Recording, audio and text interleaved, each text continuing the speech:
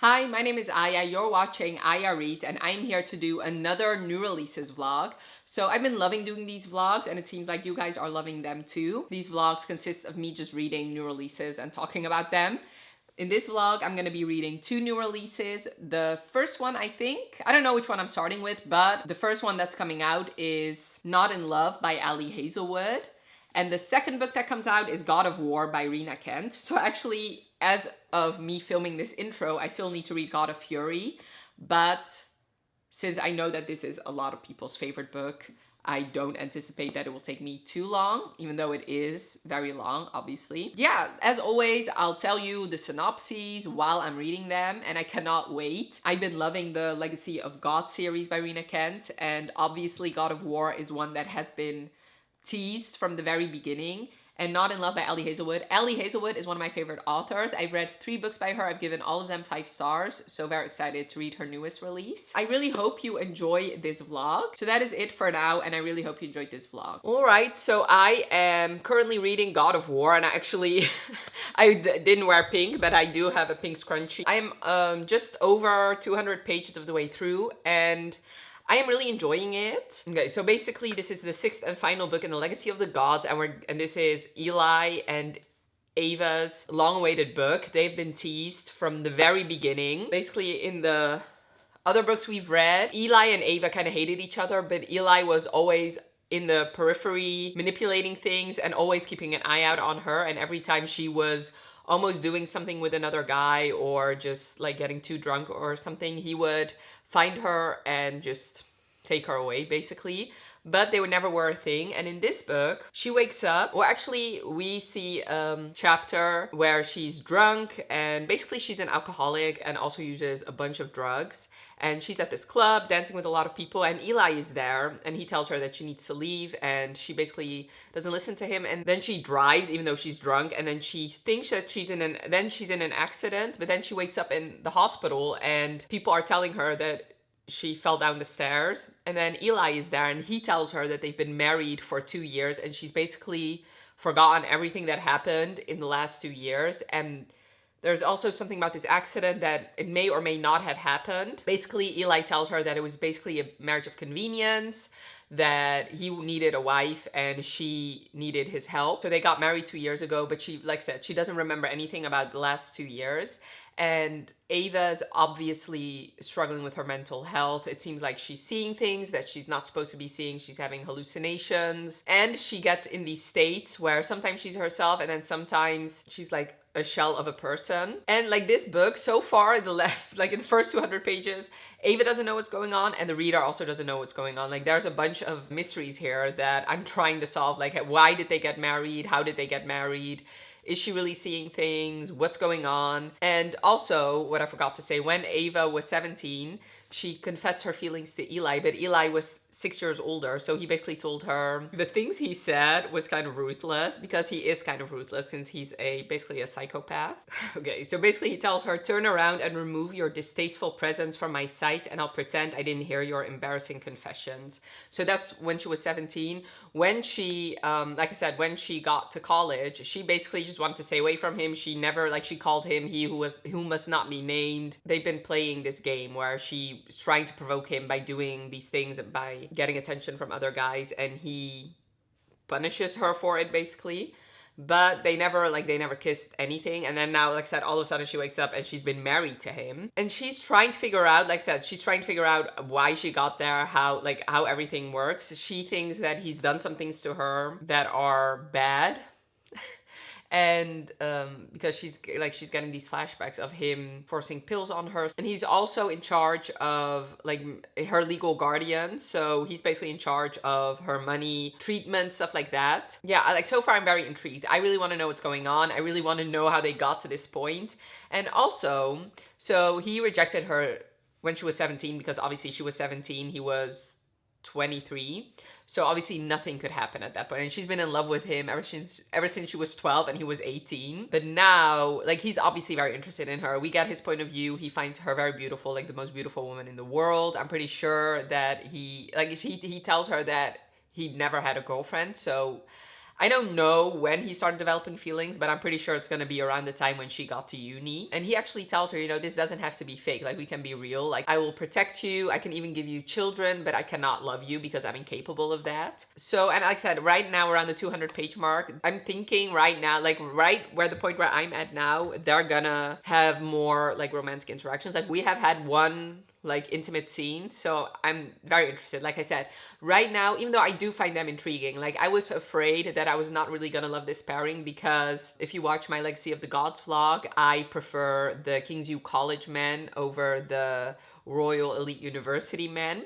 But so far I am really liking Eli, but I do have to say, the intrigue is really coming from the mystery. Like, I really want to know how he got to this place. I really want to know what happened in those 2 years that she's forgotten. But I do, like I said, I do love their interactions. Like, every time there's a scene between them, I'm like swooning. I'm really enjoying them. I'm loving their banter. I'm loving when he puts his foot down. I know this has praise kink, and he already called her a good girl, so I love that. And I'm really interested to see how she's gonna resolve everything with her mental health. Like, how is that gonna resolve? Because I ended this chapter where he's like, I'm married to what most people would call a mad woman. So obviously, like, that's just not gonna go away out of the blue, especially since she's been suffering with her mental health ever since she was like 12. So that has been going on for at least like for over 10 years.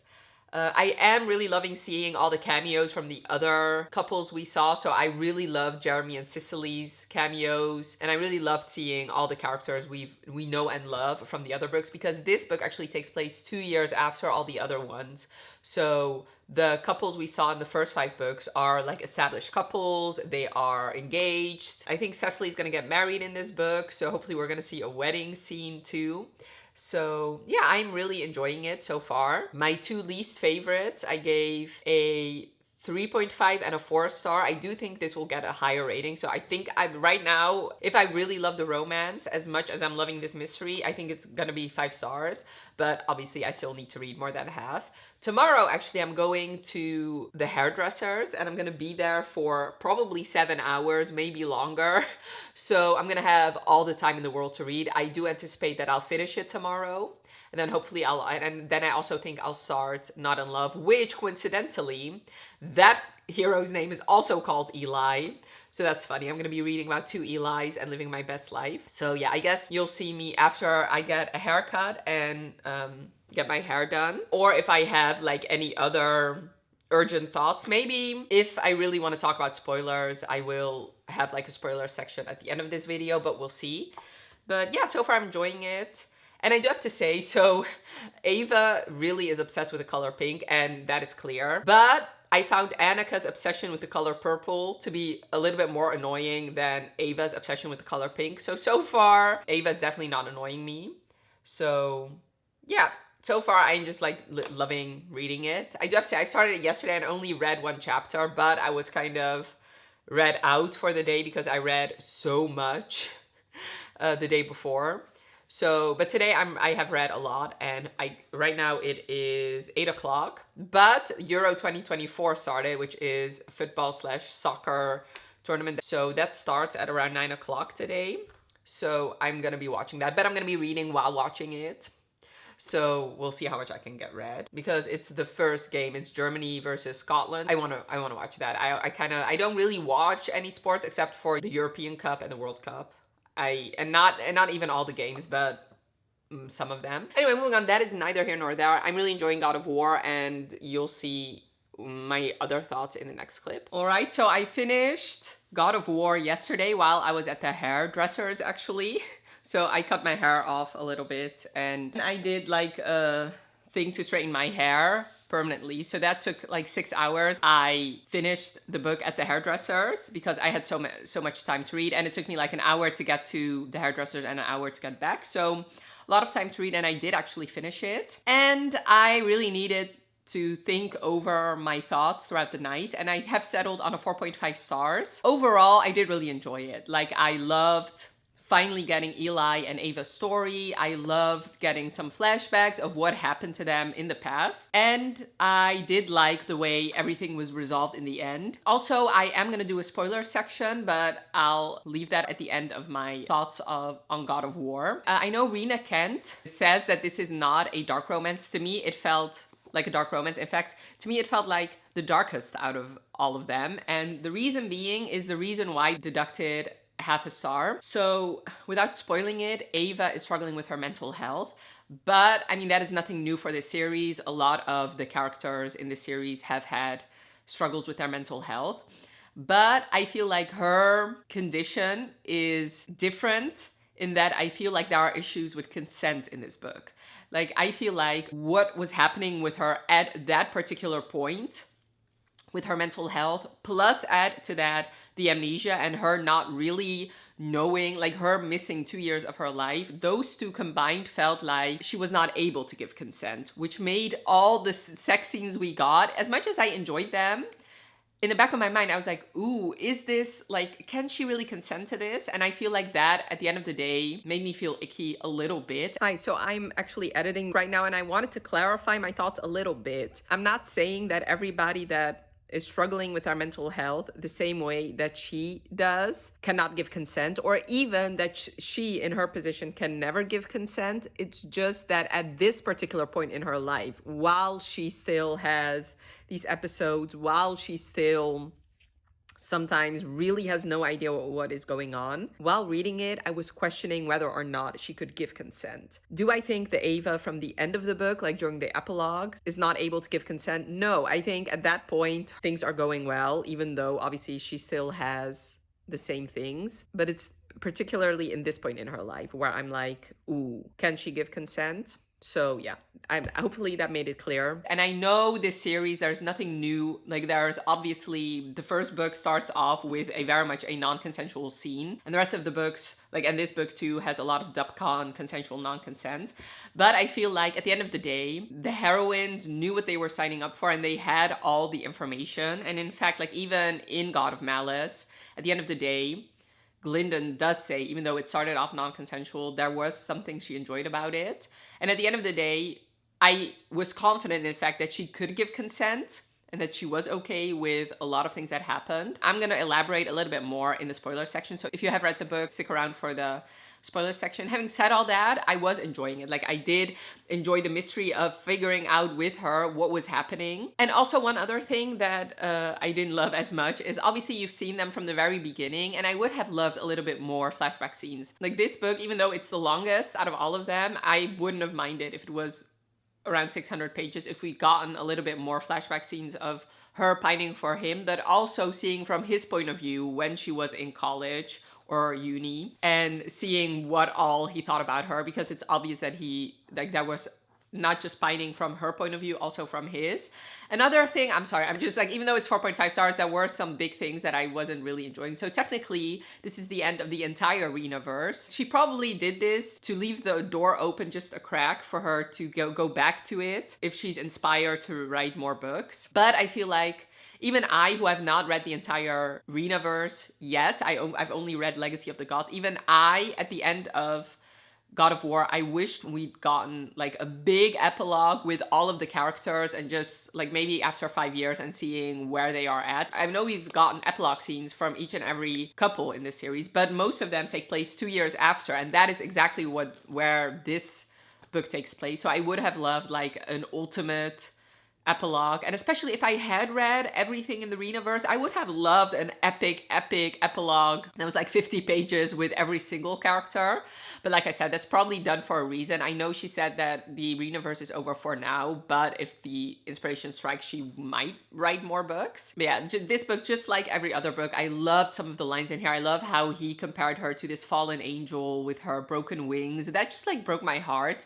Also, Eli in here just broke my heart. Like, every step of the way, even though a lot of the issues, like a lot of the things he was struggling with was due to his own decisions, I still felt sorry for him. And I tend to always feel that way when there's an amnesia trope. Usually I feel sorry for the character that does remember all. I loved her interactions with his staff. I love how she got close to them. I do think Rina Kent, even though like, there's a lot of mental health in her books. And even though, so for those of you who don't know, my background is in psychology. I'm not a clinical psychologist, but obviously I have studied clinical psychology for my degree.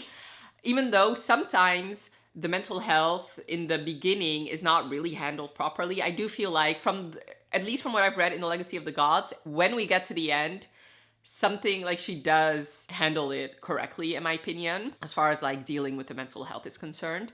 Overall, I did really love this series. Like overall, this is a 4.5 series for me. If you want to know more of my in-depth thoughts on all the rest of these books, I did a vlog at the beginning of the year discussing where I read God of Malice, and then I actually did a vlog binging these four. So, and I did like tier rankings for all of them, but I'm gonna do a final tier ranking for this whole series. Since I don't own God of War physically yet, I'm gonna use the other book I'm reading for this vlog and another Eli. I'm gonna just use Not in Love as a substitute, I guess. So let me actually put them in order here. So this is my final tier ranking. So this is supposed to be God of War. So my least favorite book in the series was God of Ruin, which is the fourth book, and I gave this book 3.5 stars. Then in fifth place is God of Pain, which is the second book, and I gave this book 4 stars. Then in fourth place is God of War, which is the last book, the sixth one, and I gave this book 4.5 stars. Then in third place is God of Malice, which is the first book, and I gave this book 5 stars. God of Wrath is my second favorite. Gave this book 5 stars, and this is the third book in the series. And then my favorite book, just like a lot of other people's, is God of Fury, which is the fifth book, and I gave this book 5 stars.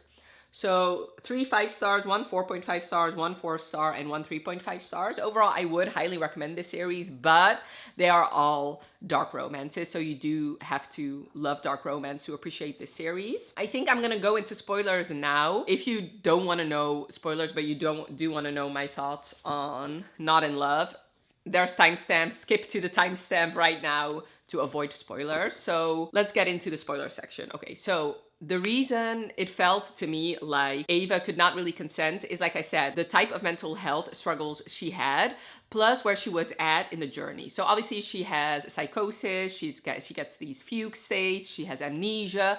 All those things combined just made it feel like a little bit icky to me. So for those of you who watched Pretty Little Liars, I'm gonna spoil like one plot point in here. One of the seasons where Allison is married, she's married to this doctor who's awful. And at one point he manipulates her and uses drugs to convince her that she's crazy, and so that he could in charge of her decision making. At points, Eli and their situation reminded me of that, and that is wrong. Like, it's not like a romance is not supposed to make me feel that way, since that was a villain. Yet he reminded me a little bit of Eli in this book, or Eli reminded me a little bit of him in this book. And that's kind of where the ick came in for me, a little bit. I feel like the fact that she couldn't remember 2 years of it, the fact that there were points in her life that she could not remember even to this day. Like she interacted with Eli, she even bit his lip.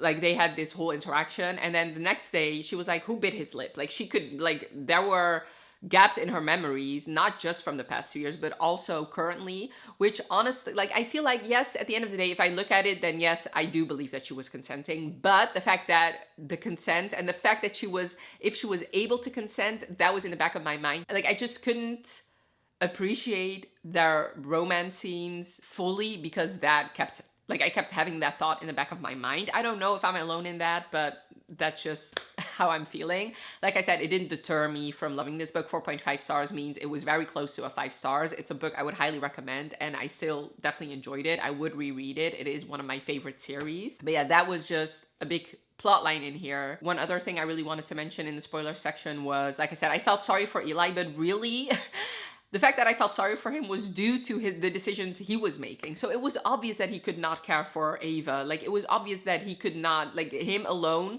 could not take care of her the way she should be taken care of, because he was risking his own mental health and his own health in general to take care of her, and it was not really working. Like, one man cannot help her in that way. And the fact that he was sacrificing food, sacrificing sleep, all just to take care of her, like I said, while reading it, I did feel sorry for him. But then at the end of the day, those were his decisions, and she was much better off being admitted into like a psychiatric hospital, which at the end of the day, that is what helped her. And that is really why I love the ending. Like, I like the fact that at the end of the day, it was her decision to get admitted, and that is really what helped her in the end. And if they had gone with Eli's way of dealing with it, then he would have perished. I'm like, maybe he would have died trying to take care of her. And I did appreciate in this book that the people who worked with him did like acknowledge that fact and were calling him out on that.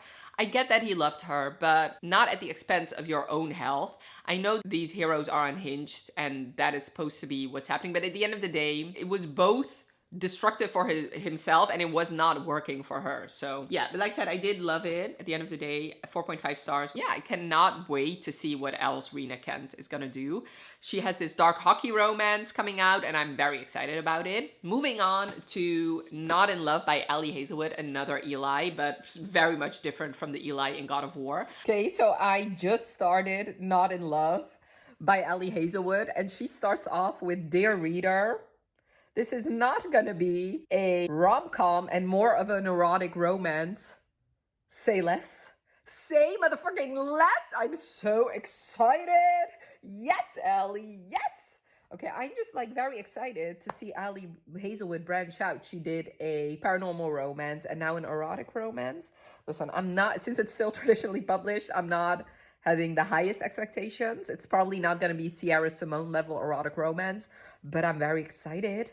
Very, very, very excited. It's also not that long, so hopefully I can finish it soon. I'm just a happy little camper. But yeah, I still hope it's gonna be a little bit funny because I do enjoy Ali Hazelwood's humor. But yeah, I just came here to say that. I've only read like one page, but I needed to make my feelings clear. I'm on page 133, and this book you follow Rue and Eli, and Rue works for this biotech company called Klein. So basically in her past, she grew up very, very poor and she's very food insecure and it's still a part of her life, basically. In fact, even though she can afford food, she's still in the back of her mind thinks that there's not enough food. She went to college and her research consists of finding ways to make produce last longer. But her company is in the midst of a hostile takeover. That company, one of the co-founders is Eli, and Eli and Rue actually met the day before they met again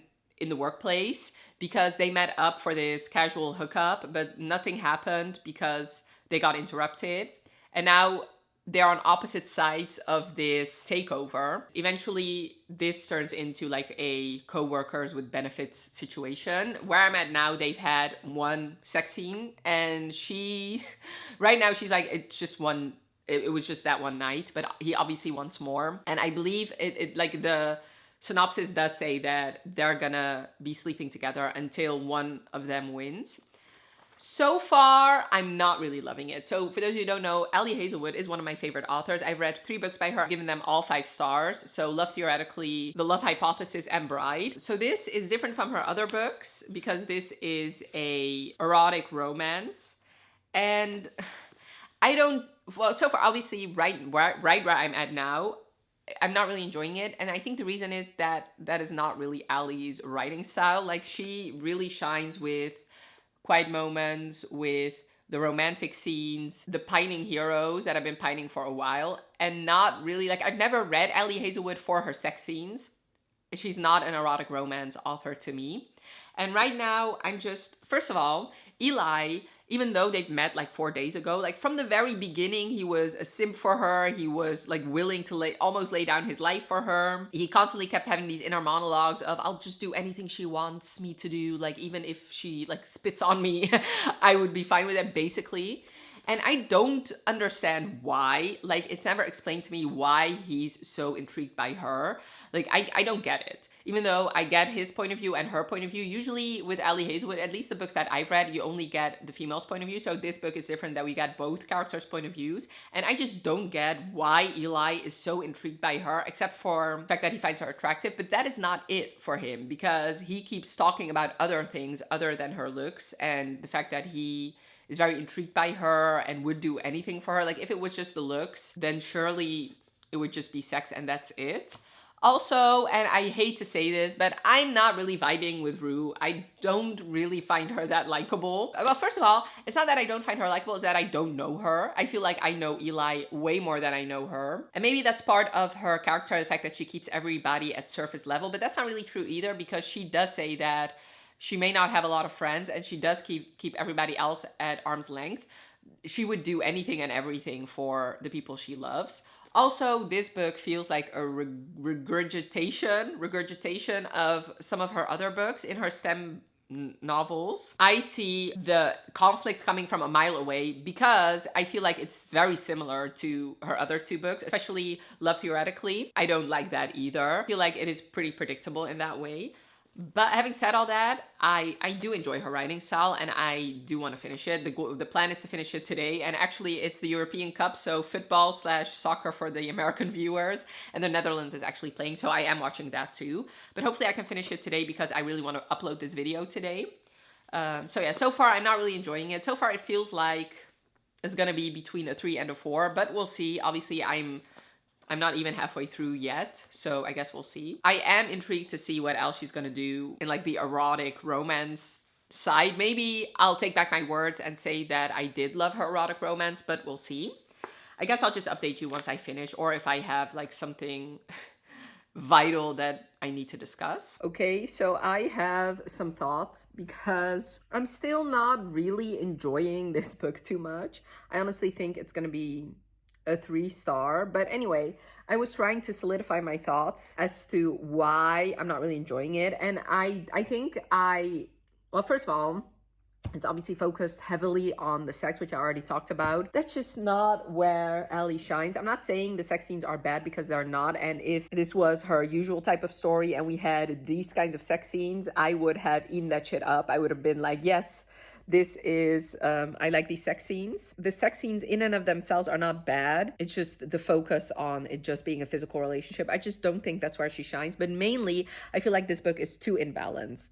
Like he is constantly from the very beginning capitulating to her, doing whatever she wants. Like, if she asked him, lay on the ground and I'll walk all over you, he would be like, yes, please. But then on the other hand, he's like supposed to be dominant at sex, which we're just getting that scene because I'm on chapter 22, which means it's even worse that he constantly keeps capitulating to her because apparently he's very dominant in bed, yet he's constantly taking the submissive role and doing that over and over and over again. I understood that in their first meeting. She's obviously a woman and she's also very safety conscious, so he literally has to beg her to drive her home, and then he literally has to give her all his information. Like, he actually has to almost give her his social security number just for her to get in his car so that he can drive her home. Even though she even says, I might be the serial killer in this scenario, which, yes, that the chance of that happening is very small, but it has happened in the past, obviously. That is unlikely, but that perfectly describes their relationship. Like, he's constantly giving, and she never gives anything. Like, even now she said very clearly that she doesn't want to have any penetrative sex, and now she is willing to try it, but then she has to give caveats, don't mind me if I sleep during it, don't mind me if I'm not enjoying it, stuff like that. It's like, give the guy a chance. Apparently this is the best sex you've ever had. Like, oh my god. Anyway, moving on. So having said all that, I get that he was constantly giving in their first meeting. Even though that is weird because if they hadn't been interrupted, they would have literally had sex in a closed off space. Anyway, and I get it, he's driving her home when they have, the whole reason why they met up at a hotel was so that he wouldn't know where she lived. I get all that. That is not really the problem I have. It's everything after that. It kept happening, and he was very grateful for it. When I'm like, what exactly are you grateful for? Like, yes, this was great sex, but I mean, I'm sure you could have that with anybody. Like, I truly don't see what is so special about her because Ali never put in the time to convince me or to tell me why she was so special. And not that she did it the other way around, because I also don't really know what's so special about Eli, except Rue is not that obsessed with him the way he is obsessed with her. I don't really like that kind of imbalance in romances. Like, there has to be a give and take. Like, even in dark romances where sometimes the heroes take and take and take in the beginning, usually there's still a balance there, like whether that be through giving multiple orgasms or I don't know. And maybe this is some sort of like ingrained toxic masculinity where I'm fine if the guy does it, but not so fine if the woman does it. Maybe, but I don't think so, honestly, because even if I read a romance where the guy is constantly taking and not really giving anything in return, then I still don't like that. And maybe, like I said, I'm only 57% of the way through, so obviously that balance can occur. But for now, it feels very imbalanced to me. They're constantly doing things on her terms, and for her to give an inch, he literally has to almost beg for it. And I don't like that. Especially since they both say that they only want things physical. Well, then at least have the physical things be balanced. And it, for so far, it just doesn't feel that way. And another thing that's bothering me is that, okay, so obviously they want to take over this company for a specific reason. I already probably know what it is, but throughout this book, there have been multiple instances where mostly Eli, but also other people are almost telling her what that reason is, and they either get interrupted or Eli stops himself. And that is just annoying to me, because obviously that's going to play a part in the conflict and in the third act conflict. And I don't like that in books where somebody's constantly like almost telling the secret and then it doesn't happen, and that happens multiple times. Then I would much rather just them, like the group that's taking over, have like a pact where they're like, we never can tell, and we never have these scenes of somebody almost telling. Or I just want fewer scenes, like have it just be once or twice where he's like, you know, I want to tell you something, and then stop himself. But right now it just feels too much. And I know that they're not gonna say what is going on, because that obviously has something to do with the third act conflict. Anyways, I just prefer Ali Hazelwood writing a romance where she focuses more time on the emotional connection. I just think she just shines in that. And this just, I don't know, I feel like this just is not really doing it for me too much. Okay, so I'm just editing this video, and I did want to clarify a little bit. Obviously, Ali is free to write whatever kind of romance she wants. In fact, I like that she experimented this year. Obviously, she wrote a young adult novel for the first time last year. She wrote a paranormal romance the beginning of this year, and now she's writing an erotic romance. Even though I've not read her young adult novel yet, I did really enjoy her paranormal romance. I did enjoy that she branched out a little bit from her typical STEM novels. In another universe, this might have worked for me, and I'm sure this book will work for some other people. It's just not my preferred way of her writing these types of stories. Like, I just prefer like her other type of romances. And I think, I mean, this is not her longest book. It is pretty short, actually. So it might, in my opinion, this might have worked as a book that focused a little bit more on sex had it been a little bit longer. Like, I maybe, although I do have to say, like, I got so annoyed.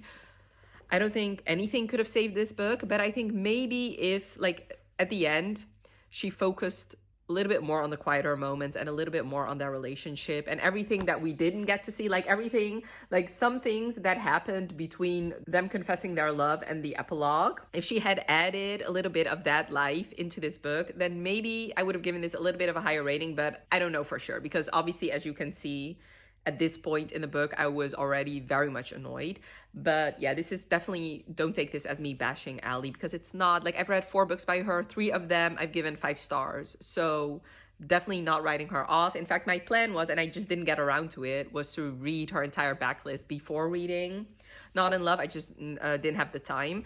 But I am planning on doing that before her next release. So yeah, I know she's gonna release a book the beginning of next year, and I will definitely be reading that. So I just wanted to clarify that. So the plan was actually to finish this book on Sunday and upload this video on Sunday. That is not gonna happen, because I feel like if I really force myself to read this book, this might end up being a 2-star, and I really don't want to do that. When, if I take my time, it might get a little bit of a higher rating. So I'm just gonna take my time. This video is gonna be uploaded on Monday, which is not my usual uploading day, but it's fine. I'm just gonna take my time a little bit. I can finish this tomorrow, I think, because I only have like 3 hours left of this book. And now we're finally gonna get a scene where he's gonna be a little bit dominant. So I am interested to see how that is gonna get handled. Okay, I'm here to give you my final thoughts on Not in Love. And I think when I last spoke to you, I said this might be a 3 or 4 stars. I have to say, every time I read like 50 more pages, the rating got worse. I'm gonna give it 2 stars. Like, there were points where I thought, okay, maybe 3 stars, maybe 2.5, but it's a 2-star.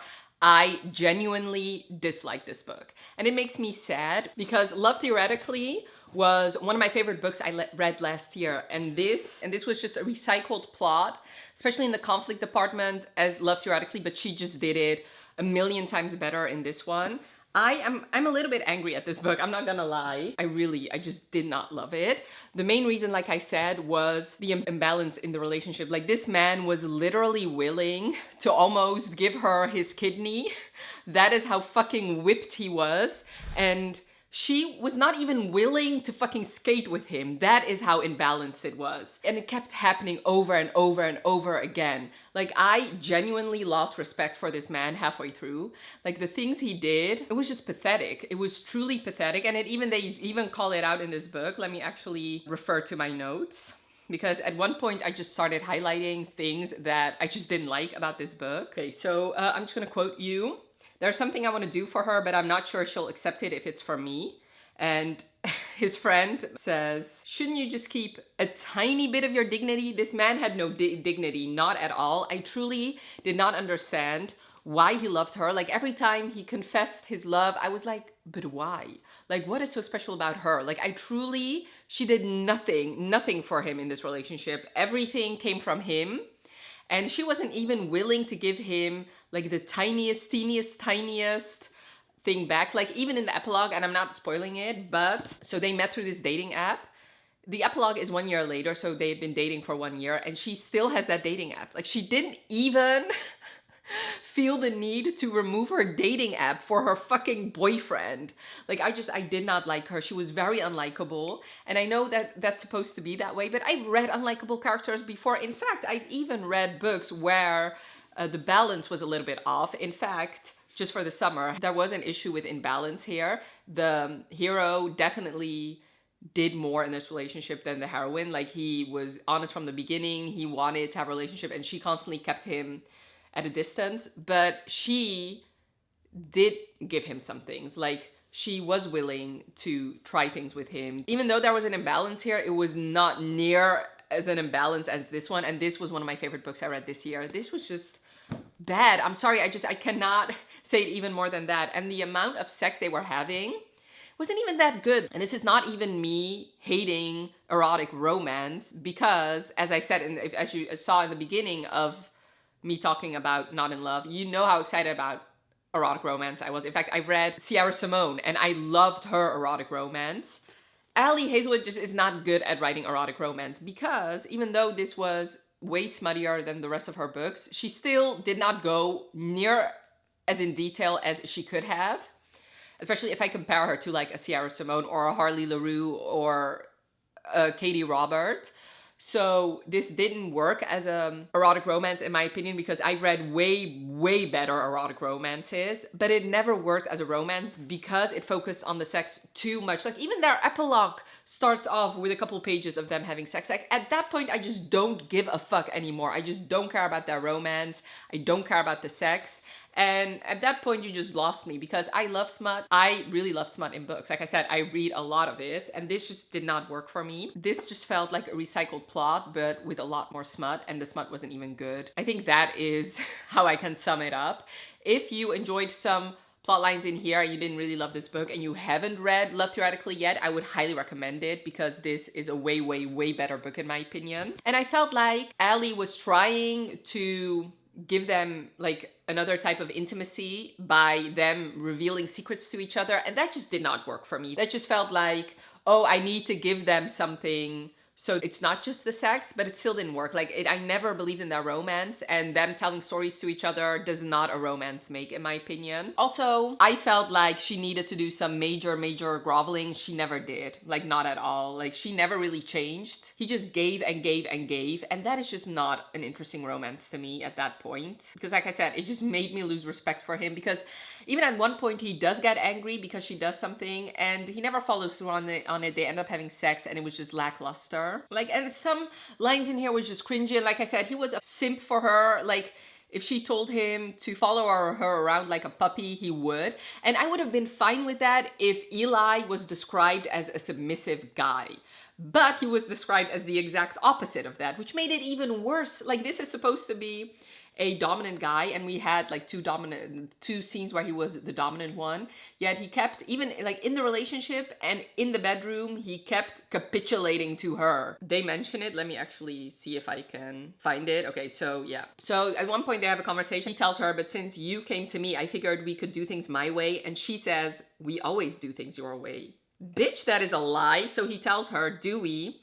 And then she's like, we didn't, and I knew it. Since the very start, I'd been the one setting boundaries, making requests, building fences. His role had been well defined. Respect my wishes, follow my lead. This perfectly describes their romance and the imbalance of it. I'm always fine if it starts off imbalanced. Usually it starts off that way. With a lot of romances, usually the guy in the romances is not really interested in a romance. It never really became balanced. Like, we never really got to see them in a balanced relationship. And then even, like, literally in the same scene, he's like, you'd rather shut up than lie, which that is not true. She literally lied to your face like a moment ago. Okay, like some lines in here. I started underlining sentences that I just hated. And I only started at page 280. I probably would have found way more if I just started at the beginning, because I remember, like, even from their first interactions, he was saying things where I'm like, why? Like, what? Why are you saying these things? You barely know her. Anyway, moving on. Eli felt like this was what he'd been put on earth for. Get Rue off right here in this very moment. Eli's rage dissolved into a soul-deep resignation. He had no right to resent her for being the best and worst thing that ever happened to him. And if his heart wasn't gonna survive it, then so be it. So it's just sad because I know she can do better, and this just was not it for me. I think I'm gonna stop now because I've ranted enough. I honestly say, I don't think I would recommend this. Like, if you are an erotic romance reader, I wouldn't recommend it. And if you're a regular romance reader, I also really wouldn't recommend it. I just think that she's done this before and done it way better in her other books. Apart from everything else I just said, it kind of bugs me that this is just unoriginal. Like, the villain is the exact same thing I've read before, and I just don't like it.